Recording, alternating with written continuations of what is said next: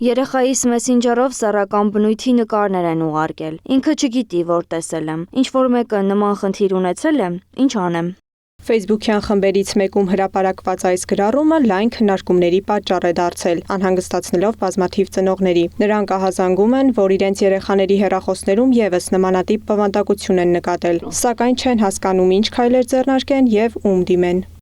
Տղայիս Տելեգրամի էջով բավականին շատ կոնտակտներից, որ խաղարկության հղում էր ուղարկվել, հետո էլ 18+ նկարներ։ Հեռախոսը ծնողական վերահսկողության տակ է։ Ծրագիրը ջնջելուց հետո էլի մի քանի հոգու ուղարկվել էր։ Նամակները դատարկ էին, ստուգել ենք։ 18+ նկարներ ու ֆիլմեր հեռախոսը չի թողնում մտնի։ Մասնագետները զգուշացնում են, անչափահասների շրջանում սեռական բնույթի լուսանկարների եւ տեսանյութերի տարածումը կարող է հանգեցնել անդառնալի հետևանքների, անգամ ինքնասպանության։ Մեդիափորձագետ Արթուր Պապյանի խոսքով նման բովանդակությունը հիմնականում տարածվում է WhatsApp-ում, Telegram-ում եւ Snapchat-ում, քանի որ այդ հարթակներում վերահսկողությունը սահմանափակ է։ Կա որոշակի դժկամություն միջամտել յուզերների, օգտատերերի վարքագծին, որովհետեւ դա նաեւ հարթակի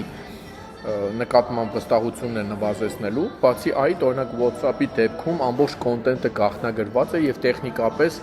այնտեղ վերահսկողությունը շատ բարդ է։ Անչափահասների շրջանում սեռական բովանդակության տարածումը կանխելու համար կարևոր է ճիշտ ծնողավարումը, սակայն միայն դա բավարար չէ, ասում է մեդիահոգեբան Սաթեն Գրիգորյանը։ Եթե ծնողը նույնիսկ վերահսկում է երեխան ինչ կոնտենտ է օգտագործում եւ ինչ նյութեր է սպառում, ինչ մեդիա կոնտեքստ է սպառում, նա չի կարող վերահսկել թե իր երեխային ով ինչ կարող է ուղարկել եւ այստեղ հենց բախվում ենք այն խնդիրներին, որոնցից մեկն ու ամենակնհայտը անպատժելիությունն է։ Մասնագետի խոսքով անպատժելիության զգացումը հաճախ ձևավորվում է այն ընկալմամբ, թե սոցիալական հարթակներում տեղի ունեցողը իրական կյանքի հետ կապ չունի։ Ցանկալի է, որպեսզի օրինակ դեռահասների դեպքում նրանք ծնողները զրուցեն երեխաների հետ, բացատրեն կամ քննարկեն այն փաստը, այն հանգամանքը, որ առցանց հարթակները, նույնիսկ մասնավոր չաթային, ինչպիսին WhatsApp-ը կամ Snapchat-ն են, իրականում on-line են հրապարակային կարող են դառնալ, հաղորդագրությունը կարող է սկրինշոթվել, տարածվել եւ լուրջ անախորժությունների պատճառ դառնալ,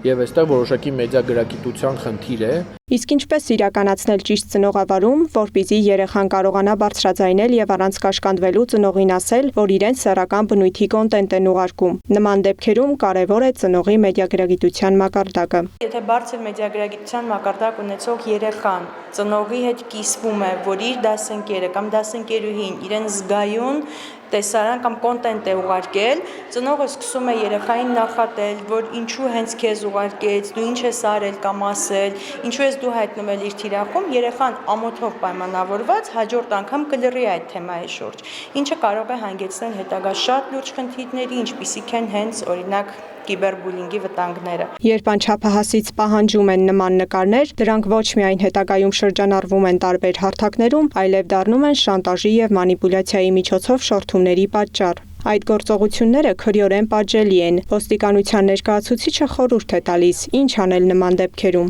Պարտադիր պետք է դիմի փաստաբանին, նման դեպքում փաստաբանին, հոգեբանին եւ երկուսի արկայության պարագայում նոր արդեն դիմեն իրավապահ համակարգին։ Արմինե Գյոզալյանի խոսքով ոստիկանությունը պարբերաբար շաբաթական 2 անգամ այցելում է տարբեր դպրոցներ իրազեկման նպատակով։ Հանդիպումներ եւ քննարկումներ են կազմակերպվում, այդ թվում սեռական կրթության թեմայով։ Ոստիկանությունը իրականացնում է իրավական իրազեկման աշխատանքներ հանրության շրջանում, մանկավարժական կոլեկտիվի ծնողների, այդ թվում նաև բռնության կլինի բուլինգ, կիբերբուլինգ, սեռական բռնություն, տարբեր բռնության տեսակների վերաբերյալ իրավական իրազեկման աշխատանքներ է իրականացվում ծնողների մանկավարժական կոլեկտիվի աշակերտների շրջանում, ինչպես նաև ոստիկանությունը իրականացնում է մշտադիտարկում եւ ստանում ենք տեղեկատվություն, օպերատիվ տեղեկատվություն եւ իրականացվում են համապատասխան աշխատանքները։ Անչափահասների շրջանում սեռական բնույթի բովանդակության ցանկացած ձևով տարածումը կամ կիրառումը պատժվում է քրեական օրենսգրքով։ Նախատեսված է պատասխանատվություն մինչև 3 տարի ազատազրկում կամ տուգանք տասնապատիկից 30 պատիկի չափով կամ 100-ից 200 ժամ տևողությամբ հանրային աշխատանք։